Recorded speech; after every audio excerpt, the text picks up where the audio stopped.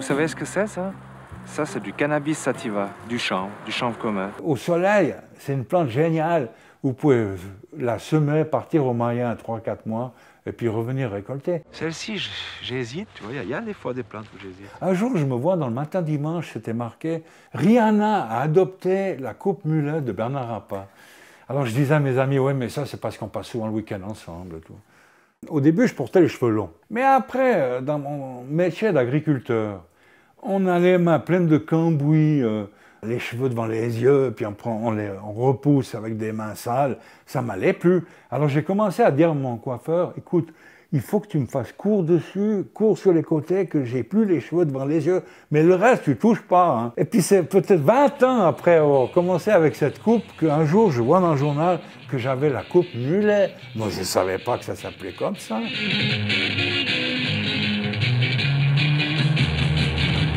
Aujourd'hui libre, la coupe mulet la plus célèbre du Valais a repris du service. Avec cette arrivée de la mode CBD, là, il y en a plusieurs qui m'ont contacté. Moi, je ne pensais pas que le CBD aurait un succès comme ça. Alors, le CBD, c'est comme la bière sans alcool. Hein. Je me réjouis qu'on nous laisse boire de temps en temps une bière avec l'alcool. Il y a des ados qui m'ont dit la semaine dernière, « Ah ouais, le cannabis, il peut pousser au soleil. » Ils pensent que c'est une plante qui pousse qu'à l'intérieur sous des lampes, quoi. Comme un malade à l'hôpital, au goutte à goutte. Moi, je veux pas ça. Je veux vraiment du chanvre bio, naturel, qui pousse au soleil. Et je sais que la grande majorité des consommateurs, ils préfèrent consommer ce chanvre-là plutôt qu'un chanvre qui était au goutte à goutte à l'hôpital.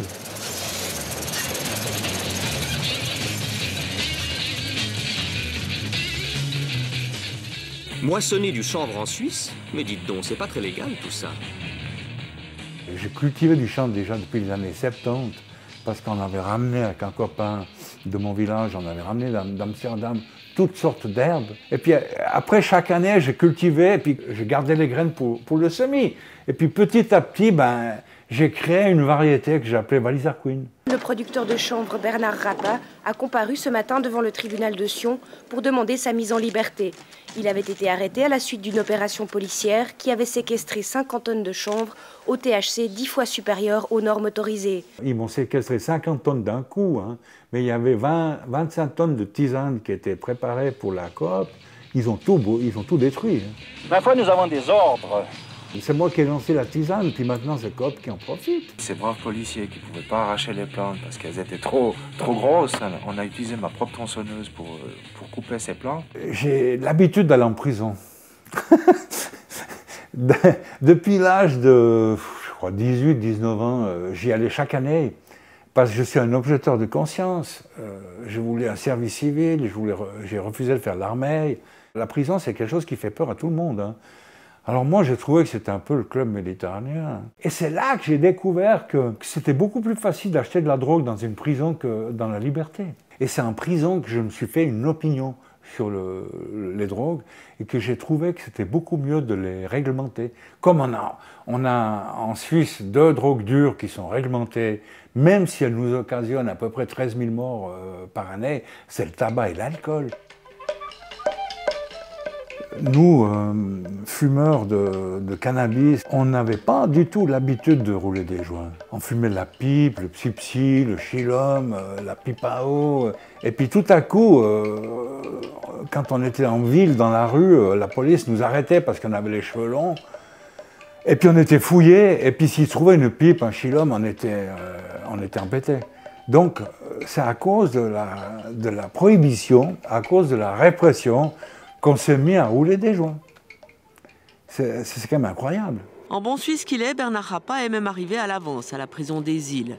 Depuis sa détention préventive, ordonnée suite à la dernière affaire dans laquelle il est impliqué, inculpation pour violation de la loi fédérale sur les stupéfiants, Bernard Rappa a eu 1 mois de sursis, 1 mois pour se remettre aussi de sa grève de la faim. Il faut dire que la grève de la faim, c'est une de mes armes secrètes. Moi, je pratique le jeûne depuis l'âge de 13 ans. Donc le jour où j'ai fait mon premier jeûne politique, hein, ma première grève de la faim, j'étais bien, quoi. Mais le problème, c'est que j'en ai fait, je ne sais même plus combien, mais je pense une 12aine de grèves de la faim en prison. Et à chaque fois, je repoussais mes limites Hein, au début, la première fois, c'était 21 jours, parce que je réclamais de voir un avocat. Après, c'était 60 jours, 70 jours, 90 jours.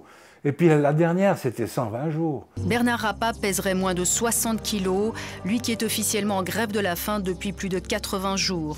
Selon ses proches, il serait même à l'article de la mort. Alors que faut-il faire? Faut-il sauver Bernard Rappa ou le laisser mourir?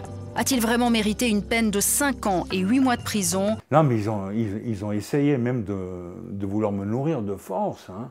Heureusement qu'ils ne l'ont pas fait, qu'ils n'ont pas pu le faire. D'ailleurs, après un jeûne, on peut mourir si on ne suit pas un programme de réalimentation strict.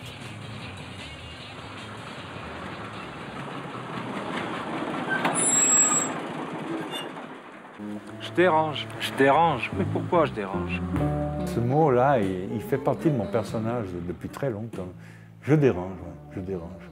Mais ça ne me dérange pas, il faut déranger, il faut secouer le cocotier si on veut résoudre des problèmes, combattre des injustices. Je pense que j'ai fait avancer un peu le schmilblick. D'ailleurs, il n'y a qu'à voir maintenant qu'est-ce qui se passe avec le marché du cannabis récréatif. Ils sont en train de vouloir légaliser, quoi. Il y a un essai de distribution contrôlée qui va être fait dans quelques villes, hein, comme Genève, Lausanne, j'imagine. En Suisse, on sait, ça va lentement. Hein. Quand on veut changer quelque chose, c'est pour cette génération ou la suivante?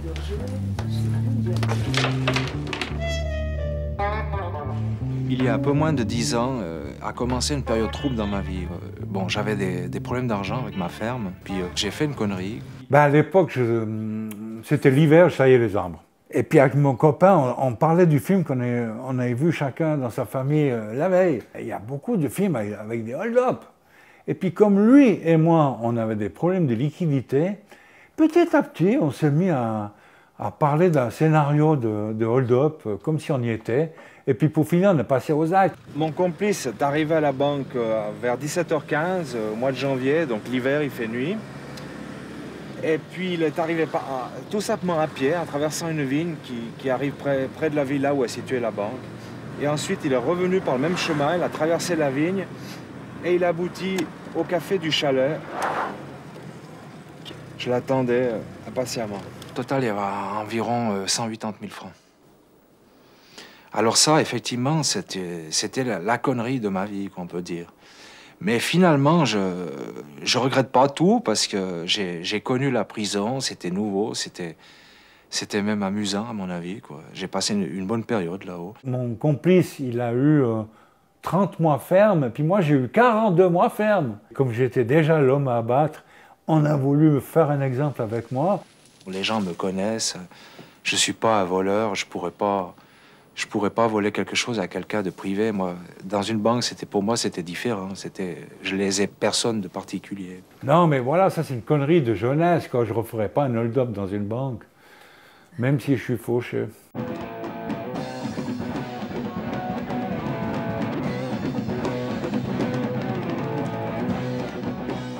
Dans les années 70, quand on avait organisé les premiers festivals de Sapao, on a fait un œuvre de pionnier avec ce festival. C'était la première fois qu'un festival open air était organisé en Suisse. C'est le festival de Woodstock qui nous a simulé. Quand on a vu que 500 000 jeunes se réunissaient dans un festival gratuit aux États-Unis, on a voulu faire un peu la même chose, quoi. Est-ce qu'on a consommé de la drogue au festival de Sapao? J'ai senti des bonnes odeurs, oui. Mais notre grande crainte, c'est que si on aurait eu un mort par overdose d'héroïne, on était foutus, quoi. Donc moi, j'étais responsable du service d'ordre. On avait des talkie-walkie, j'avais plusieurs... D'ailleurs, Claude Nobs avait perdu le casque de sa moto, on l'a retrouvé. À mon avis, dans les bals populaires qui se déroulent en Valais, on en trouve aussi de la drogue. Bon, ici, on en a trouvé quelques-uns, c'est minime. Nous avons pris nos responsabilités face à cela, en avertissant le public que la consommation de drogue ici était illégale. 200 mètres au-dessus de la Seine, il y avait un précipice, quoi. Donc on avait mis des barrières et tout, parce qu'à l'époque, on prenait beaucoup de LSD. Hein.